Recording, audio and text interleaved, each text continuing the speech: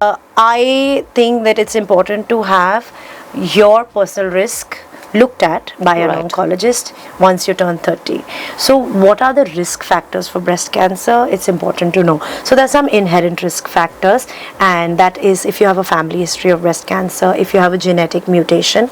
Then there's some hormonal factors. What age did you get your first period? If it was very early, or if you continue to have periods for a longer time, whether you had children or not, that is of course sometimes it's modifiable, sometimes it's not. Right. So but if you never had children or had your children after the age of 30 years, and then also if you had a childhood cancer for which you've received radiation, or have had a breast biopsy in which you've had a proliferative breast lesion diagnosed. So these are some of the things that put you at a higher risk for developing breast cancer, but these are also something you can't do anything about. Also age and being born female, those also put you at a higher risk. Now what is modifiable? So your weight in the normal range, Correct. especially when you're reaching menopause, and postmenopausal obesity is one of the major causes of breast cancer. Right. Then alcohol, even there is like lots of there's always in the news and the media where they say, oh, 1 glass of red wine is good for you.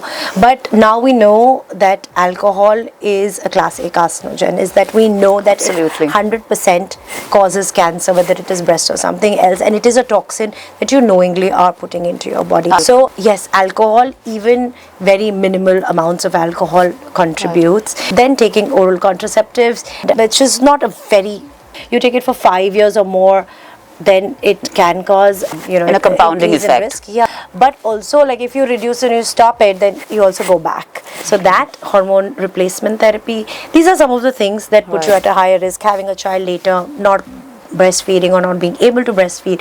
So and then also I would say that also being in an urban setup. So when I look at a patient or when I look at myself, see, I live in Mumbai. I had my first baby after the age of 30.